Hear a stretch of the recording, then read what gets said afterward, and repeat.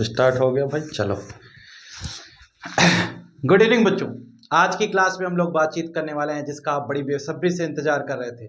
आपको मालूम होगा कि कल परसों नरसों आने वाले कुछ ही दिनों में लगातार आपके हो रहे हैं इंटरनल प्रैक्टिकल एग्जाम, जिसमें बोर्ड से सीबीएसई बोर्ड से लगातार एग्जामिनर भेजे जा रहे हैं जो आपको जज करके देंगे आपको मार्क्स। अब सवाल इस बात का है कि वहां पर हम कितना अच्छा परफॉर्म कर पाते हैं, कितने अच्छे मार्क्स गेन कर पाते हैं। इस तरह के तमाम सवाल आपके जहन में गूंज रहे हैं जो आपको लगातार परेशान कर रहे हैं। बहुत सारे लोग डिप्रेस हो चुके होंगे, बहुत सारे लोग डीमोटिवेट हो चुके होंगे, बहुत सारे लोग हार मान चुके होंगे। क्या होगा प्रैक्टिकल एग्जाम्स के दौरान? तो प्रैक्टिकल एग्जाम में अगर कुछ भी नहीं पढ़े हैं आज तक तो ये वीडियो केवल आज भर देख लीजिए, कोई चिंता का विषय नहीं है आपको।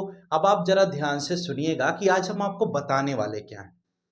आज हम आपको बताएंगे कि प्रैक्टिकल एग्जाम कैसे होगा, प्रैक्टिकल एग्जाम में पेपर का पैटर्न क्या होगा, प्रैक्टिकल एग्जाम में कौन से क्वेश्चन आ सकते हैं, जो क्वेश्चंस प्रैक्टिकल एग्जाम में आपसे पूछे जाएंगे उसको हमें लिखना कैसे है, बोर्ड की कॉपी कैसी होगी, बोर्ड की कॉपी के फर्स्ट पेज पर क्या क्या इंफॉर्मेशन हमें फिल करनी होगी, इंफॉर्मेशन सही वे में फिल करनी है या गलत हो जाता है तो क्या होता है। वैसे तो गलत नहीं होना चाहिए, अगर कहीं कंडीशन ऐसी हो जाता है गलत तो क्या करेंगे।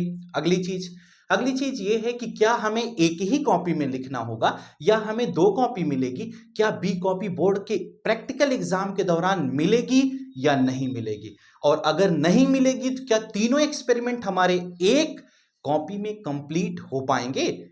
अगर सर इतने बड़े बड़े एक्सपेरिमेंट हम कैसे कंप्लीट कर पाएंगे, बी कॉपी मिलना चाहिए कि नहीं मिलना चाहिए, और नहीं मिलना चाहिए तो हम कैसे लिखें कि हम अपना पूरा कंटेंट अपनी एक कॉपी में लिख सकें। इस तरह के तमाम सवालों की बातचीत हम आज आपसे डिस्कस करने वाले हैं। इसके साथ साथ हम लोग ये भी डिस्कस करेंगे एग्जामिनर जो एक्सटर्नल आपके यहाँ एग्जाम कराने के लिए आ रहे हैं वो आपसे क्या क्वेश्चंस पूछ सकते हैं।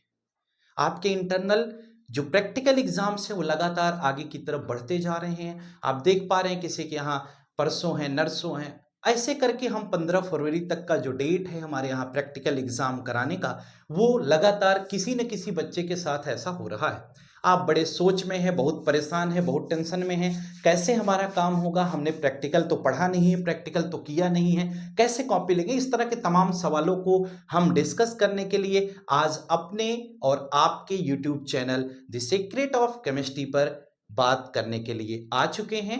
अब चिंता यहीं से खत्म करिए और देखिए आज हम आपको क्या बताने वाले हैं। तो चलिए स्टार्ट करते हैं। जैसा कि आप बोर्ड पर देख रहे होंगे, केमिस्ट्री प्रैक्टिकल एग्जामिनेशन ये आपका सब्जेक्ट है। ध्यान दीजिएगा 043 ये आपका कोड है। जो सीबीएसई बोर्ड के बच्चे हैं वो ध्यान दें कि जो क्लास 12th का आपका प्रैक्टिकल एग्जाम होना उसका कोड 043 है। 043 केमिस्ट्री प्रैक्टिकल एग्जाम या केमिस्ट्री का कोड है, इसे आप भूलेंगे नहीं, इसे आप जरूर लिखेंगे। सबसे जरूरी ये पॉइंट, कंप्लीट इंफॉर्मेशन, यानी कि हम आपको पेपर कैसे होगा, पेपर से रिलेटेड हर चीजों के बारे में एक एक करके डिस्कस करते हैं। जरा गौर से आप सुनिएगा। आइए फर्स्ट पेज पर आते हैं तो वही बात दोबारा लिखी गई है, उसकी कोई मीनिंग नहीं है। सेकंड पेज पे चलते हैं। प्रैक्टिकल एनालिसिस, यानी कि प्रैक्टिकल कैसे होगा, प्रैक्टिकल में सिलेबस क्या होगा, कौन कौन से क्वेश्चन आएंगे, इसके बारे में सबसे पहले बात करते हैं। जैसा कि आपको मालूम होगा कि आपका जो प्रैक्टिकल एग्जाम है, अगर हम उसकी बात करते हैं तो आपका प्रैक्टिकल एग्जाम टोटल 30 मार्क्स का होता है, ये बात आपको पता है। 30 मार्क्स के अंतर्गत टोटल 5 सेक्शन डिवाइडेड है, यानी कि 5 पार्ट में मार्किंग स्कीम है, यानी कि 5 पार्ट में आपको मार्क्स मिलेंगे। अब जरा सोचिए वो 5 पार्ट में जो नंबर आपको मिलने वाले हैं वो कैसे मिलेंगे, कितने एक्सपेरिमेंट लिखने होंगे, कौन से एक्सपेरिमेंट को किस तरह से लिखना होगा, ये सारी चीज हम लोग एक एक करके डिस्कस करते हैं। सबसे पहले हम अपने प्रैक्टिकल एनालिसिस में सिलेबस का डिस्कशन कर लेते हैं कि हमारा सिलेबस क्या है। और घबराना नहीं, ठीक है, वो भी बाहर से कोई भी आ रहा है तो वो आपको समझता है। टेंशन लेकर के अगर जाओगे तो कुछ नहीं बता पाओगे, लफड़ा हो जाएगा। देखिए सबसे पहली बात हम कर रहे हैं कि आपके सिलेबस में पहला प्रैक्टिकल है volumetric analysis, clear. Second practical जो आपके यहाँ है वह है सॉल्ट एनालिसिस। इसके बाद बेटा जो थर्ड प्रैक्टिकल हमारे यहां आता है वो हमारा क्या है, कंटेंट बेस्ड एक्सपेरिमेंट। ये हमारा थर्ड प्रैक्टिकल है, कंटेंट बेस्ड एक्सपेरिमेंट। और फोर्थ और फिफ्थ 2 नंबर इसमें और आए। हमने फर्स्ट वीडियो में आपको बताया था, फर्स्ट लेक्चर में प्रैक्टिकल से रिलेटेड ये बताया था कि क्या होगा फोर्थ और फिफ्थ में। लेकिन फिर से भी आप जान लीजिए कि जो आपने प्रोजेक्ट बनाया है, एक आपका ये हो गया, यानी कि यहां पर आप कहते हैं कि जो आपने प्रोजेक्ट बनाया है, इन्वेस्टिगेटरी प्रोजेक्ट आपने बनाया है, और आप कहते हैं अगले नंबर पे आता है रिकॉर्ड।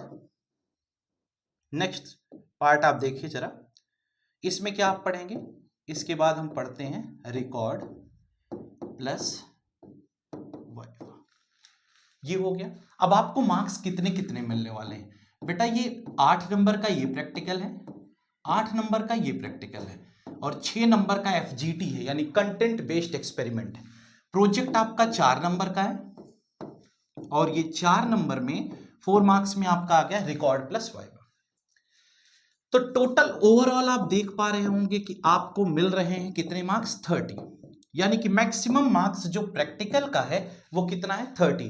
यानी कि टोटल हम देखें तो प्रैक्टिकल एनालिसिस में हम ये जज कर पाए कि 30 नंबर का होने वाला है आपका इंटरनल प्रैक्टिकल एग्जाम। तो जो 30 नंबर का प्रैक्टिकल एग्जाम होने वाला है उसके बारे में हम बात करना शुरू करेंगे। आपको मालूम है वॉल्यूमेट्रिक एनालिसिस को प्यार से हम लोग क्या कहते हैं, प्यार से इसे लोग टाइट्रेशन कहते हैं। टाइट्रेशन के बारे में एक क्लास हमने आपको पढ़ाई थी कि टाइट्रेशन क्या है, कैसे है, इसके बारे में हमने ढेर सारी बातें आपसे डिस्कस की। अब सवाल आया सॉल्ट एनालिसिस, ये 8 नंबर का है। टाइट्रेशन में क्या करते हैं, टाइट्रेशन में आपको मालूम होगा कि हमें एक सॉल्यूशन बनाना होता है, चाहे मोहर सॉल्ट का चाहे ऑक्सैलिक एसिड का। आप एक सॉल्यूशन मेजर करके सॉल्ट को बना लेंगे, और दूसरा आपको पोटेशियम परमैंगनेट का सॉल्यूशन टीचर आपको प्रोवाइड करता है, और उस पोटेशियम परमैंगनेट सॉल्यूशन की मोलैरिटी और स्ट्रेंथ दोनों आपको कैलकुलेट करनी होती है। ये एक बात हो गई। दूसरे पार्ट में हम आते हैं सॉल्ट एनालिसिस। सॉल्ट एनालिसिस में क्या पढ़ते हैं बेटा, सॉल्ट एनालिसिस में ग्रुप वाइज सॉल्ट की जानकारी आपको होनी चाहिए कि ग्रुप फर्स्ट में क्या है, सेकंड में क्या है, थर्ड में क्या है, फोर्थ में क्या है, फिफ्थ में क्या है, सिक्स, ये आपको पता होना चाहिए। इसके अंदर 2 पार्ट है, एसिडिक रेडिकल और बेसिक रेडिकल, यानी कि कैटायन और एनायन कौन सा है इस सॉल्ट के अंदर, ये हमें जज करना होता है। यानी कि एग्जाम में टीचर आपको एक सॉल्ट दे देता है, जो टीचर सॉल्ट आपको देता है उस सॉल्ट में कौन सा कैटायन प्रेजेंट है और उस सॉल्ट में कौन सा एनायन प्रेजेंट है, यही आपको फाइंड आउट करना होता है। यह एसिडिक एंड बेसिक रेडिकल का केस हो गया। थर्ड नंबर पे आते हैं content based experiment. Content based experiment में क्या क्या हो सकता है जरा गौर करिएगा। ये आपका है, इसमें फंक्शनल ग्रुप टेस्ट के बारे में हम बात करते हैं, यानी कि यह पूरा FGT का पोर्शन है। फंक्शनल ग्रुप टेस्ट में हम क्या पढ़ते हैं जरा गौर करिएगा। फंक्शनल ग्रुप टेस्ट में हम ये पढ़ते हैं कि फंक्शनल ग्रुप जो हमें दिया जा रहा है, ठीक है, जैसे आपको कोई सॉल्यूशन दिया जाएगा, ऑर्गेनिक सॉल्यूशन कोई भी दे दिया जाएगा, उस ऑर्गेनिक सॉल्यूशन में कौन सा फंक्शनल ग्रुप प्रेजेंट है, ये आपको इस थर्ड वाले केस में फाइंड आउट करना होगा, ठीक है, एग्जाम के दौरान। ये तो हो गया टोटल सिलेबस की बात कि ये मार्क्स का आपका होगा केस। अब आते हैं, हम बात करते हैं एग्जाम पैटर्न, यानी कि पेपर का जो पैटर्न है वो क्या होगा, ठीक है। इसके अलावा पेपर, तो बच्चों हम बात कर रहे थे पेपर पैटर्न के बारे में कि पेपर का क्या होगा पैटर्न, यानी कि जो एग्जाम आपका होता है उसमें क्या पेपर का पैटर्न होता है, कैसे क्वेश्चंस आते हैं। देखिए CBSE के रूल्स के मुताबिक अगर देखा जाए तो हमारे पास बैच बनती हैं, ठीक है। जैसे आपके स्कूल में आप लोग जहां भी पढ़ रहे हैं, कितने स्टूडेंट हैं, इसके बेसिस पर ये बैच डिवाइड होती है।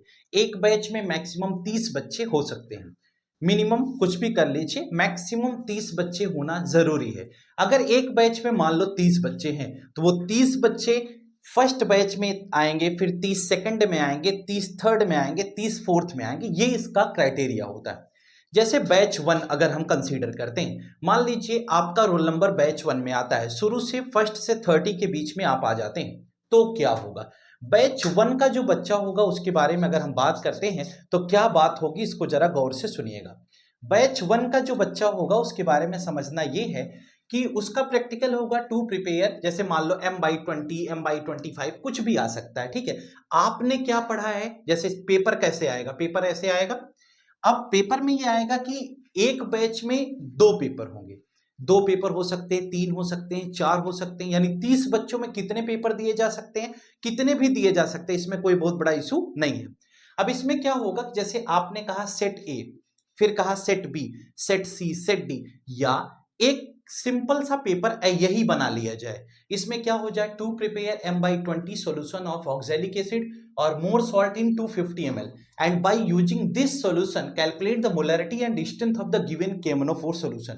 मान लो ये पेपर का पहला क्वेश्चन होगा। दूसरा क्वेश्चन होगा to find out the acidic and basic radical present in given salt, यानी कि पहला ये टाइट्रेशन हो गया, और ये जो दूसरा क्वेश्चन हुआ ये क्या हो गया, पहला टाइट्रेशन, दूसरा हो गया सॉल्ट एनालिसिस, और तीसरा आपका FGT यानी फंक्शनल ग्रुप टेस्ट हो गया। तो 2 या 3 क्वेश्चन इस प्रकार से हम पढ़ सकते हैं। तो अगर ये फर्स्ट, सेकंड और थर्ड क्वेश्चन ये तीनों हो गए तो जरा इस पर गौर करिएगा कि इसको हम कैसे पढ़ेंगे।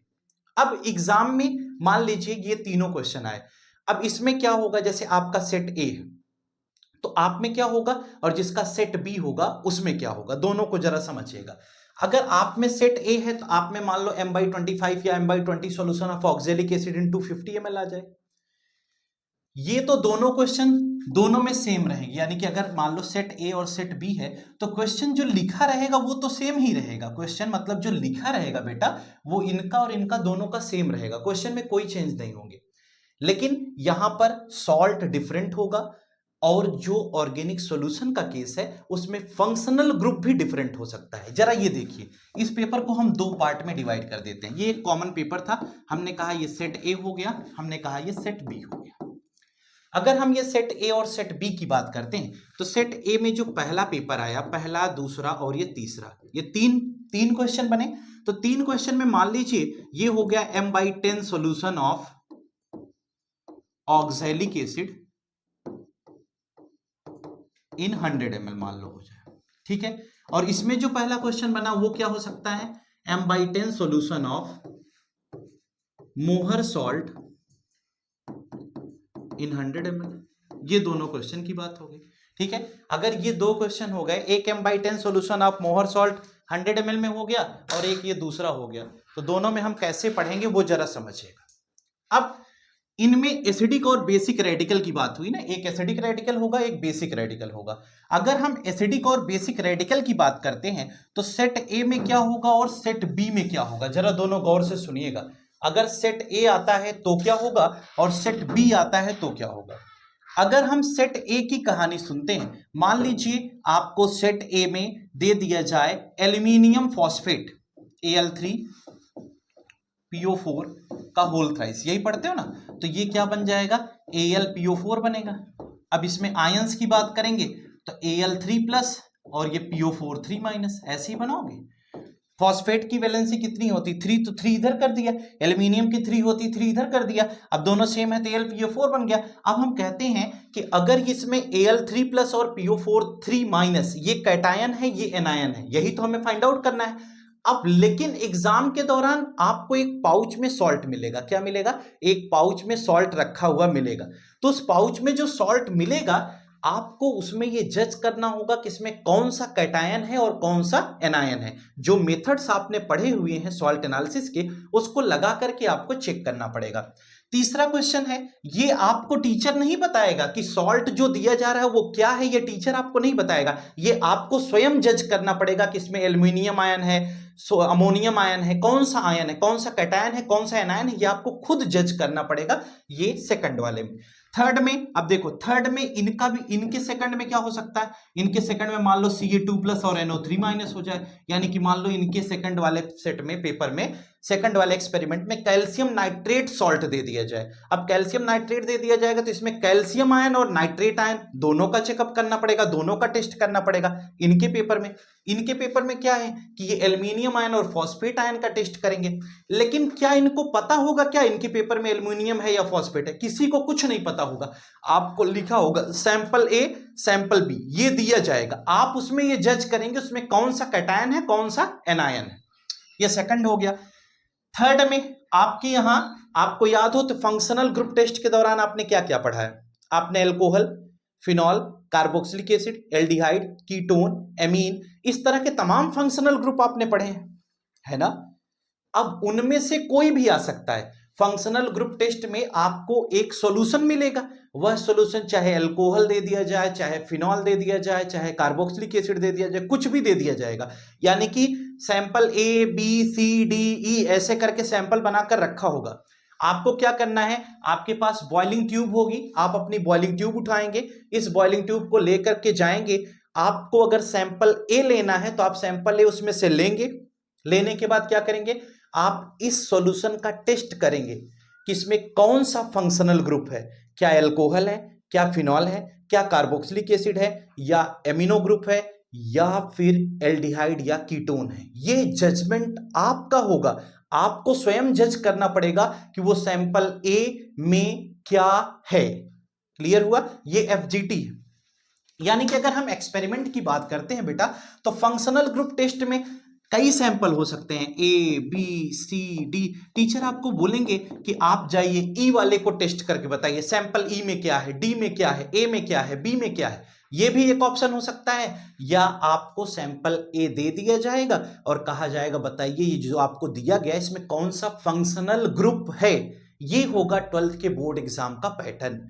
शायद ये बात आपको समझ में आ जानी चाहिए।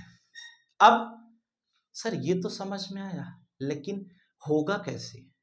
जैसे फाइल में लिखा है वैसे ही करना होगा, लेकिन सर कॉपी कैसी होगी, क्या क्या केसेज होंगे, थोड़ा समझिएगा। देखिए अब इसमें हमें क्या करना है, हम सीधा बढ़ते हैं अगले पेज पे। ये हमारी सपोज करिए कॉपी हो गई। कॉपी आपकी ऐसी ही रहेगी, इस बात का आपको आभास हो जाना चाहिए। जो कॉपी होगी उसमें सबसे ऊपर आप क्या लिखेंगे, सबसे ऊपर मतलब जो फर्स्ट पेज होगा, पहले उसकी बात करते हैं कि फर्स्ट पेज को हम फिल कैसे करेंगे।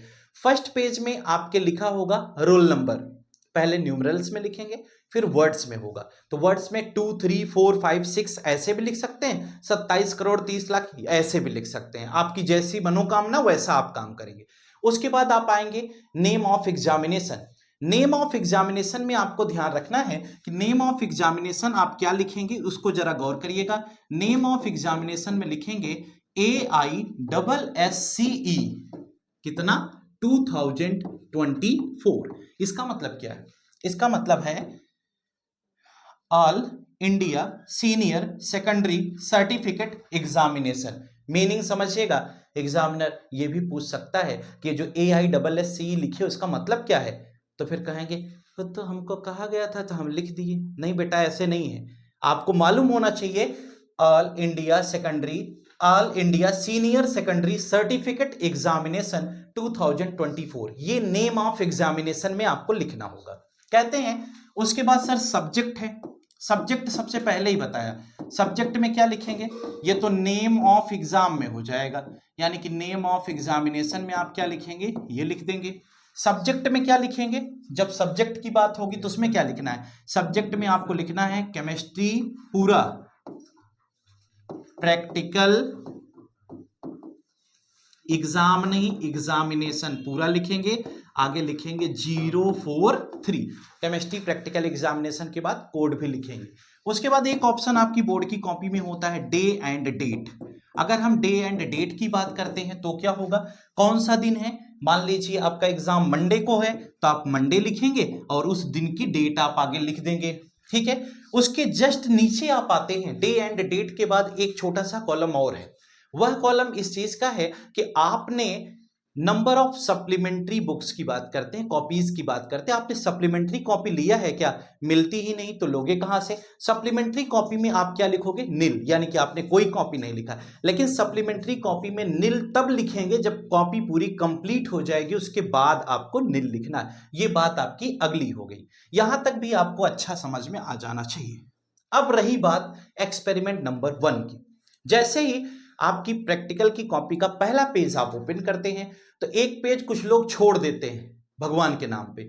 प्लीज भगवान के नाम पे पेज ना छोड़ें, एग्जाम देने गए हैं, पूजा नहीं करने गए हैं, इस बात का ध्यान रखें। अगर आप एक पेज छोड़ देते हैं तो एक पेज बाद में कम पड़ जाएगा और वो पेज मिलेगा नहीं, फिर आप रोगे बैठ करके। इसलिए कोई भी पेज आप छोड़ेंगे नहीं। जैसे ही कॉपी को आप ओपन करते हैं, जो लेफ्ट साइड का पहला पेज होगा उस पे आप क्या लिखेंगे, सबसे ऊपर लिखेंगे एक्सपेरिमेंट नंबर 1। एक्सपेरिमेंट नंबर 1 आपका है क्या, आपको अगर और ज्यादा समझाना है तो आप वहां ब्रैकेट में लिख सकते हैं क्या कि एक्सपेरिमेंट नंबर 1 आपका है टाइट्रेशन। यहां क्या लिख सकते हैं? टाइट्रेशन। आप टाइट्रेशन कर रहे हैं, आप उसे लिखेंगे। देखिए कॉपी लिखने पर 22 नंबर आपको मिल रहे हैं, यानी कि 8 8 16 16 6 22, यानी कि टोटल 22 मार्क्स आपको मिलेंगे कॉपी लिखने पर। अगर सही आप कॉपी लिख लेते हो तो आपको 22 नंबर मिल जाएंगे। बाकी 8 नंबर तो प्रैक्टिकल वाइवा प्रोजेक्ट जो ये वाला है, फाइल प्रोजेक्ट वाइवा, उसके हैं। लेकिन ये 22 तो आप सही लिखोगे तभी तो मार्क्स मिलेंगे ना। तो सबसे पहले आप एक्सपेरिमेंट नंबर 1 लिखेंगे। 1 लिखने के बाद आप सबसे पहले एम लिखेंगे। आपका एम क्या है, उद्देश्य क्या है, आप करने क्या जा रहे हो। आपको मालूम है एम आपके पेपर में लिखा होगा। वो एम लिखने के बाद आप लिखेंगे एपरेटस रिक्वायर्ड। क्या लिखेंगे? Apparatus required. यानी कि ध्यान से समझना, क्योंकि यहां लोग गलतियां कर लेते हैं बेटा और बाद में फिर एग्जामिनर के सामने जवाब देने के लायक नहीं रहते हैं। देखिए एपरेटस रिक्वायर्ड आपको एम के बाद लिखना है। एपरेटस रिक्वायर्ड ये आपका सेकंड पॉइंट हो गया। एपरेटस रिक्वायर्ड के बाद आप थ्योरी लिखेंगे। इसकी थ्योरेटिकल पोर्शन क्या है? थ्योरेटिकल पोर्शन में आपका थ्योरेटिकल पोर्शन बहुत बड़ा होगा, तो आपको बहुत बड़ा थ्योरेटिकल पोर्शन नहीं लिखना, आप छोटा सा थ्योरेटिकल पोर्शन नोट करेंगे। थ्योरेटिकल पोर्शन लिखने के बाद फिर आपका अगला पॉइंट आ जाएगा ऑब्जर्वेशन। अगला पॉइंट क्या आएगा? ऑब्जर्वेशन। जो ऑब्जर्वेशन आपके 3 पॉइंट हैं, कौन कौन से, आपने कैसे फाइंड आउट किया? थ्योरी के अंतर्गत आप ये लिख देंगे कि वेट आपको कितना लेना है, यानी कि जो आप निकालते हैं मोलरिटी वाला फार्मूला, जहां से आप 1.26 ग्राम या 3.92 ग्राम अलग अलग केस में प्राप्त करते हैं ना, वो कैसे कैलकुलेट किया, वो थ्योरेटिकल पोर्शन में आप जरूर लिखिएगा। थ्योरेटिकल में एक आप क्या लिखेंगे? एक रिएक्शन लिख देंगे, और एक रिएक्शन लिखने के बाद आप कैसे मोलरिटी के द्वारा कैलकुलेट करते हैं वो लिख देंगे। ऑब्जर्वेशन टेबल अगला पॉइंट हो गया। ऑब्जर्वेशन अगला पॉइंट हुआ। ऑब्जर्वेशन के बाद आप ऑब्जर्वेशन टेबल लिखें। क्या लिखेंगे? Observation table. ऑब्जर्वेशन के बाद जब ऑब्जर्वेशन टेबल लिख लेंगे, टेबल बना करके बढ़िया इसको लिख देना। और ऑब्जर्वेशन टेबल के बाद कॉन्करेंट रीडिंग लिखना नहीं भूलेंगे, ठीक है। कॉन्करेंट रीडिंग मान लीजिए 16 ml, 8 ml, 10 ml, 20 ml, 22 ml कुछ भी आती है तो उसको लिखना नहीं भूलेंगे। तो कॉन्करेंट रीडिंग का ध्यान रखेंगे। ये हो गया ऑब्जर्वेशन टेबल के अंतर्गत कॉन्करेंट रीडिंग वाला पोर्शन। अब इसके बाद आगे चलिए, इसके बाद आता है बेटा कैलकुलेशन, है ना। कैलकुलेशन भी लिखना है आपको, गलती ना होने पाए। कैलकुलेशन पूरा का पूरा लिखना है। कैलकुलेशन के बाद ये ध्यान रखना है कि कैलकुलेशन लिखे हो तो यूनिट लिखना मत भूल जाना। कैलकुलेशन में आप एक मोलरिटी फाइंड आउट करोगे, है ना। मोलरिटी आपने क्या निकाला तो उसको आप लिखोगे मोल पर लीटर, इसकी यूनिट, या फिर कैपिटल एम लिखोगे। मोलरिटी के जस्ट बाद आप स्ट्रेंथ निकालोगे। तो स्ट्रेंथ की आप क्या पढ़ते हो? आप पढ़ते हो कि जो मोलरिटी आई, आपने फॉर्मूला पढ़ा है ना, molarity into molar mass of KMnO4, यानी KMnO4 का मोलर मास लिखते हो। मान लो 1/40 आई, 1/20 आई, कुछ भी 1/50 आई, यहां से मोलर मास 158 है, इसको मल्टीप्लाई कर देंगे, जितना आएगा वो ग्राम पर लीटर, इसकी यूनिट लिखना भी नहीं भूलेंगे। ये आपकी हो गई स्ट्रेंथ। अब स्ट्रेंथ के बाद उसी के जस्ट नीचे आपको लिखना होगा रिजल्ट।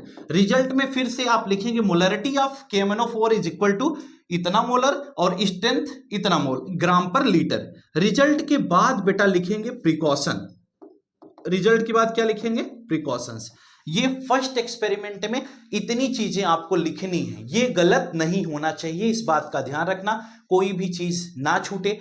हाँ, कुछ लोगों के मन में जहन में सवाल आता है कि सर ये थ्योरेटिकल पोर्शन जो थियरी वाला पार्ट है इसको कितना लिखना है।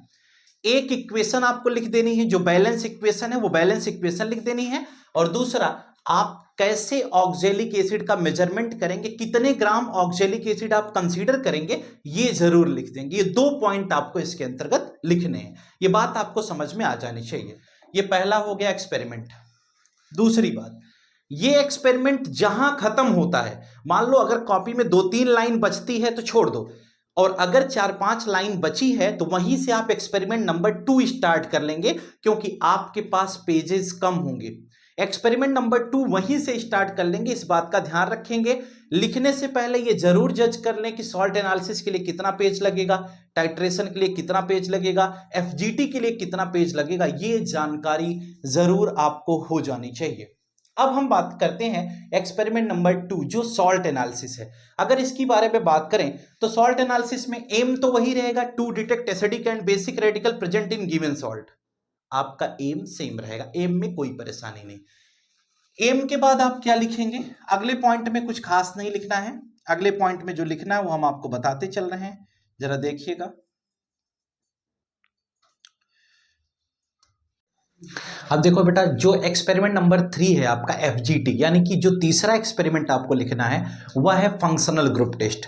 तो फंक्शनल ग्रुप टेस्ट में आपको क्या लिखना है देखो, सबसे पहले आप क्या लिखोगे, सबसे पहले आप एम लिखोगे। जो एम आपका है वो एम आप वैसे के वैसे लिख लेंगे। आपने देखा कि एम आपका क्या है। एम के बाद सेकंड नंबर पे आपने कौन से एपरेटस की रिक्वायरमेंट थी वो आप लिख लेंगे, यानी कि सेकंड नंबर पे आपका आ जाएगा एपरेटस रिक्वायर्ड, यानी कि सेकंड नंबर पे आप लिखेंगे एपरेटस रिक्वायर्ड। थर्ड नंबर पे आपका आ जाता है ऑब्जर्वेशन टेबल। कुछ लोग फिजिकल एनालिसिस भी लिखते हैं, ठीक है, फिजिकल एनालिसिस यानी कि कलर आप सॉल्ट लिख देते व्हाइट, ठीक है। तो आप ऑब्जर्वेशन टेबल सीधा बनाइए। ऑब्जर्वेशन टेबल में आपने 3 पॉइंट देखे होंगे, serial number, experiment, observation, inference. तो आपने कहा ये सीरियल नंबर हो गया, ये ऑब्जर्वेशन हो, एक्सपेरिमेंट हो गया, ये आपका ऑब्जर्वेशन हो गया, और ये आपका क्या हो गया बेटा, इन्फ्रेंस। आपने कहा कि इसमें दो तीन तीन आपको पहले तो एक जनरल टेस्ट, 2 कंफर्मेटरी टेस्ट लिखना जरूरी है। इसका मतलब 3 टेस्ट कम से कम लिखना है, जिसमें एक जनरल टेस्ट होगा और 2 कंफर्मेटरी टेस्ट होगा। इस बात का आप ध्यान रखेंगे। इस एक्सपेरिमेंट के अंतर्गत ऑब्जर्वेशन टेबल के जस्ट नीचे आप क्या लिखेंगे, केमिकल रिएक्शंस लिखिए, केमिकल रिएक्शंस इसमें होंगे, और उसके बाद आपने रिजल्ट क्या ऑब्टेन किया वो लिखिए, और रिजल्ट के बाद बेटा क्या लिखोगे, प्रिकॉशन, या फिर रिजल्ट के बाद केमिकल रिएक्शन। पहले आप रिजल्ट लिख लीजिए ऑब्जर्वेशन टेबल के बाद रिजल्ट, रिजल्ट के बाद केमिकल रिएक्शन, उसके बाद आप प्रिकॉशन लिख लीजिए कि क्या सावधानियां इस प्रैक्टिकल के दौरान बरतनी है। नियमता देखा जाए तो वो 1 पेज अगर आपका लास्ट में बचता है, 1 से 1.5 पेज के आसपास, 1.5 पेज में ये कंप्लीट हो जाएगा। उम्मीदन 1 पेज में भी ये कंप्लीट हो सकता है, लेकिन डिपेंड इस पर करता है कि आप कितना सही और कितना छोटा लिख पाते हैं, यानी छोटे में कवर कर पाते। जैसे आप देखते होंगे कि कॉपी की लाइन यहां से शुरू होती है ना, ऐसे ऐसे से लाइन शुरू हुई है, तो आप एक्सपेरिमेंट नंबर यहां डाला करिए। अगर यहां एक्सपेरिमेंट नंबर 1 डालेंगे तो ये पेज आपका पहली लाइन यूज हो जाएगी एम लिखने में, इसका ध्यान रखिएगा, ठीक है। जो सेकंड वाला एक्सपेरिमेंट है उसमें भी केमिकल रिएक्शंस हैं, तो भूलिएगा नहीं, सेकंड वाले एक्सपेरिमेंट में भी केमिकल रिएक्शन आप जरूर लिखिएगा। फर्स्ट एक्सपेरिमेंट में केमिकल रिएक्शन नहीं, वहां थ्योरी लिखनी है, सेकंड में केमिकल रिएक्शन लिखना है, और थर्ड में केमिकल रिएक्शन लिखना है। वह रिजल्ट के बाद आप लिख सकते हैं, या जहां आप सहमत सही समझे, वैसे रिजल्ट के बाद लिखे तो ज्यादा बेटर है। अब ध्यान देने की बात यह है कि ये पूरा था आपका प्रैक्टिकल का पोर्शन, यानी कि आप ये समझ पा रहे हैं how to write the practical exam copy. ये था आज का सेशन। पहली बात हमने की पेपर कैसा आएगा, प्रैक्टिकल एग्जाम की कॉपी कैसी होगी, उसमें लिखना कैसे है, उसकी फिलिंग कैसे है, हम लोग 22 नंबर पाएंगे कैसे, इस पर बातचीत हो गई। यानी कि आज के इस सेशन में हम देख पा रहे थे कि टोटल जो एग्जाम का पैटर्न है उसमें हमें 22 नंबर मिल गया। अब 22 के बाद टोटल बात आती है, हमारे पास 8 नंबर शेष बच रहा है। जो 8 नंबर शेष बच रहा है उसको कैसे करेंगे, ठीक है। लिखना बहुत जरूरी है, लिखे क्या हो यही मेन मैटर है, ठीक है। बता पाते हो एग्जामिनर को, नहीं बता पाते हो, जैसे प्रैक्टिकल के दौरान एग्जामिनर पूछा, अगर आप नहीं भी बता पाए तो भी कोई बात नहीं, कॉपी में वहां थोड़ा शर्मिंदगी जरूर फील होगी, क्योंकि आप साल भर अगर प्रैक्टिकल नहीं किए हो बेटा तो इतना तो झेलना पड़ेगा ही, लेकिन बताते क्या हो मेन जरूरी ये है, ठीक है। तो आप क्या वो आपसे पूछता है एग्जामिनर, क्या आप एग्जामिनर के पूछे गए प्रश्नों का जवाब दे पाते हैं, ये मैटर बाद में रखता है। कॉपी में सही लिखे हो मेन मैटर ये रखता है, लेकिन ध्यान रहे कि आपको ये जरूर श्योर लिखने से पहले ये कंफर्म जरूर हो जाइएगा कि जो सॉल्ट एनालिसिस आपने जज किया, यानी जिस सॉल्ट में जिस कैटायन और एनायन के बारे में आप समझ पा रहे हो टेस्ट के द्वारा, क्या यह वही है। अगर एकदम कंफर्म हो तभी लिखना, क्योंकि अगर आपको दिया गया था एल्युमिनियम फॉस्फेट और आप कैल्शियम नाइट्रेट का टेस्ट लिख डालोगे तो पूरा 8 नंबर कट जाएगा। आपको जो सोल्यूशन दिया गया था वो टीचर के पास लिस्ट होती, जो सोल्यूशन आपको देता है वो टीचर को पता होता है। टीचर ने आपको सोल्यूशन दिया अल्कोहल, आप फिनॉल का लिख रहे हो तो आपको मार्क्स नहीं मिलेगा, 6 के 6 पूरे कट जाएंगे, इस बात का ध्यान रखना। इसलिए इंश्योर पहले आप ये हो जाएं कि जो आप लिख रहे हैं क्या वही आपको दिया गया था, चाहे जिस मोड से आप इंश्योर हो, लेकिन इंश्योर हुए बिना मत लिखिएगा। पहले टीचर से डिस्कस कर लीजिए या फिर आपस में डिस्कस कर लीजिए, लेकिन ये जरूर आपको मालूम होना चाहिए कि जो सॉल्ट आपको दिया गया क्या उसमें एल्युमिनियम फॉस्फेट का ही केस है या कैल्शियम नाइट्रेट का ही है। अगर है तभी लिखिएगा, ये बात ध्यान रखिए, क्योंकि टीचर अपने पास नोट करके रखते हैं कि आपको कौन सा सैंपल दिया गया था और उस सैंपल में कौन सा सॉल्ट है, कौन सा कैटायन एनायन है, कौन सा एसिडिक बेसिक रेडिकल है, कौन सा फंक्शनल ग्रुप प्रेजेंट है उस ऑर्गेनिक सॉल्यूशन में जो आपको दिया गया था, ये भी उनको पता होता है। और जो KMnO4 का सॉल्यूशन टीचर बनाकर आपको देता है बेटा ना, वो टीचर को मालूम होती है कि इसकी मोलैरिटी कितनी आएगी। तो ये जरूर ध्यान रखिएगा, अगर आप मोलैरिटी के बारे में बात कर रहे हैं, मोलैरिटी जो कैलकुलेट कर रहे हैं वो टीचर को पता होती है, उसने सॉल्यूशन बनाया ना, तो टीचर को मालूम होता है किस मोलैरिटी का सॉल्यूशन आपको दिया गया। जनरली होता क्या है कि जितनी मोलैरिटी का आपका ये प्रैक्टिकल होता है उसके डबल के आसपास की मोलैरिटी का होता है। जैसे मान लो M/25, तो M/50 का आपको KMnO4 दिया जा सकता है, M/40 का KMnO4 दिया जा सकता है, M/45 का KMnO4 दिया जा सकता है, M/60 का KMnO4 दिया जा सकता है। जनरली डबल करके केस हम समझते हैं, M/40 है, M/25 अगर आप बना रहे हो तो M/40 या M/50 KMnO4 होगा। ठीक है, तो इसी में टाइट्रेशन का पूरा केस होता है। अगर मान लो M/10 का सॉल्यूशन आप बना रहे हो तो टीचर आपको M/20 का KMnO4 आपको देगा। ये आपको ध्यान रखना है, वॉल्यूम को दिमाग में बनाकर रखिएगा। ठीक है, जो आपका सिलेबस है उससे बाहर कुछ नहीं आता, घबराने का कोई बहुत बड़ा इशू नहीं है। ठीक है, बस मेहनत से लगन से आप लिखिएगा, क्योंकि 22 नंबर आपके हाथ में है। जितना अच्छा लिख पाएंगे उतने अच्छे मार्क्स पाएंगे। अब रही बात बाकी के 8 नंबर की, बाकी का 8 नंबर हम कैसे गेन करेंगे। अगर हम छोटी सी बात करें कि बाकी के 8 नंबर आप कैसे पाएंगे, तो जरा सुनिएगा। बाकी के 8 नंबर में जैसा कि हमने अभी आपको बताया कि 4 नंबर आपका किसका है, 4 नंबर आपका प्रोजेक्ट का है, यानी जो आप इन्वेस्टिगेटरी प्रोजेक्ट बनाए होंगे 4 नंबर आपको उसका मिलेगा, और बाकी के 4 नंबर में फाइल और वाइवा है। ठीक है, तो टोटल ये 80 का है। आप वाइवा कितना अच्छा देते हो ये आप पर डिपेंड करता है। वैसे कि वाइवा के लिए अभी देखता हूं, अगर मेरे पास टाइम शेड्यूल बनता है तो हम आपको एक वीडियो और अपलोड कर देंगे जिसमें हम ये बता देंगे कि वाइवा में किस तरह के क्वेश्चंस पूछे जाते हैं। ठीक है, तो इतना आपको जानकारी रखनी होगी। तो अभी आपको क्या पढ़ना है, जो प्रोसेस हमने समझा दिया है, प्रैक्टिकल्स के एनालिसिस आप कर लीजिए, कैसे है क्या है ये सारी चीजें, जिससे कि आपको ये सब बातें समझ में आ जाएं, अच्छे से एग्जाम में आप कॉपी लिख सकें। मेन ध्यान देने की बात यह है कि रोल नंबर गलत ना हो, और कॉपी एक ही मिलेगी, दूसरी कॉपी नहीं मिलेगी। लिखने पर ही पूरा नंबर मिलेगा, तो 22 नंबर सही लिखिएगा, गलत मत लिखिएगा। इस बात का बेटा ध्यान रखोगे तो आप 30 में 30 नंबर पा सकते हो। 30 में 30 नंबर पाने के लिए आपको वो 22 सही लिखना पड़ेगा, इस बात का ध्यान रखिएगा। यानी कि रिटन पार्ट आपका बिल्कुल एक्यूरेट होना चाहिए। अगर रिटन पार्ट एक्यूरेट होगा तभी आप 30 गेन कर पाएंगे। तो 30 में 30 पाने के लिए जो प्रयास होगा वो सराहनीय होगा। हम उम्मीद करते हैं कि आपको अच्छा लगा होगा, वीडियो समझ में आया होगा और आप मेहनत से इसे सीखेंगे। हम लोग जो अगली क्लास होगी आज या कल में हम एक लेक्चर अपलोड करेंगे जहां पर हम आपको बताएंगे कि वाइवा में किस तरह के क्वेश्चंस पूछे जाएंगे।